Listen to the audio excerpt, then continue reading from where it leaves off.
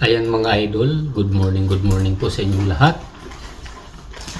Nandito na naman ako sa harapan nyo. Meron lang akong ikikwento mga idol sa buhay ko. Siyempre, bago natin ituloy ang aking video, bago nyo panoorin, huwag kalimutan muna mag-subscribe, mag-like, at siyempre mag-comment na rin mga idol. Ito lang ay tungkol sa buhay ko noon hanggang ngayon. I-share ko lang mga idol.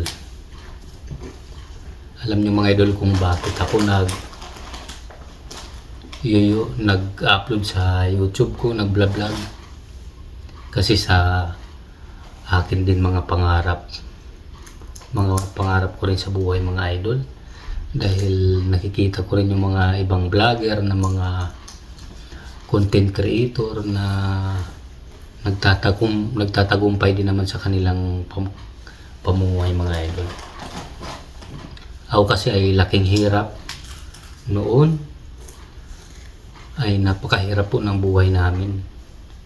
Halos ang pagkain namin noon, kamuting kahoy, saging, madalang lang kami magkakain mga idol ng kanin. Dahil nga sa hirap ng buhay. Nakatira kami sa taga Northern Samar ako. Nakatira kami sa baryo lang. Minsan lagi kami nandun sa hindi lang minsan, kadalasan nasa kabundukan kami nagtatanim-tanim ng mga kamuting kahoy, yung makakain namin mga idol. Hanggang sa nagbinata ako, nag-high school, hindi ako nakatapos sa pag-aaral dahil sa hirap ng buhay namin mga idol. Napakahirap. At lumaki rin kami kasi sa aming lolo't lola. Tapos yung nanay namin ay napabayaan din kami. Tapos yung tatay ko ay matagal din naman, mga bata pa lang kami, nawala na siya. Iniwanan na kami mga idol. At ngayon nga mga idol, hanggang ngayon pamilyado na ako. Ayaw ko rin naman na danasin ng mga anak ko yung kahirapan na dinanas ko noon.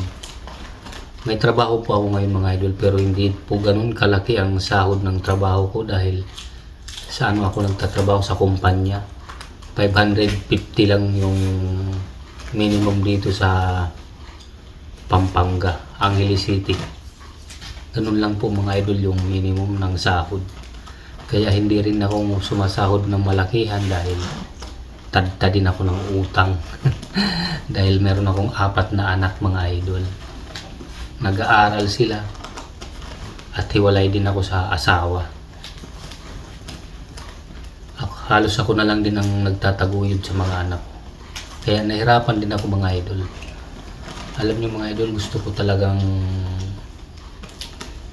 kahit papano yung mga pangarap ko matupad dahil hindi naman para sa akin mga idol. Para sa mga anak ko, yung mga pangarap ko sa buhay. Ayaw ko rin naman danasin ng mga anak ko yung kahirapan. Gusto ko rin makapagtapos sila sa pag-aaral.